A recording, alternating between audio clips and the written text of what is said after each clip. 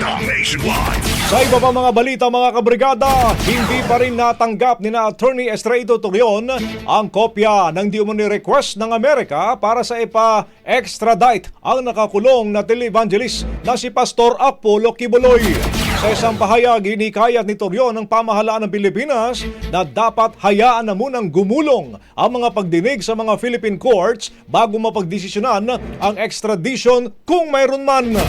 Samantala, sa panig naman ng Department of Foreign Affairs, sinabi ni DFA spokesperson Angelica Escalona na wala pang natanggap si DFA Secretary Maria Teresa Lazaro ng request para sa extradition o yung sinasabing pagpapatapon kay Kibuloy papunta sa Amerika. Ang sinabi daw ni Philippine Ambassador to the US, Jose Manuel Romualdez, ay naipapadala na ang request sa Department of Justice at hindi sa DFA. Sa kabila nito mga kabrigada, nilinaw na rin ni Justice Spokesperson ASEC Miko Clabano na wala pa silang natatanggap na opisyal na impormasyon hinggil sa extradition request.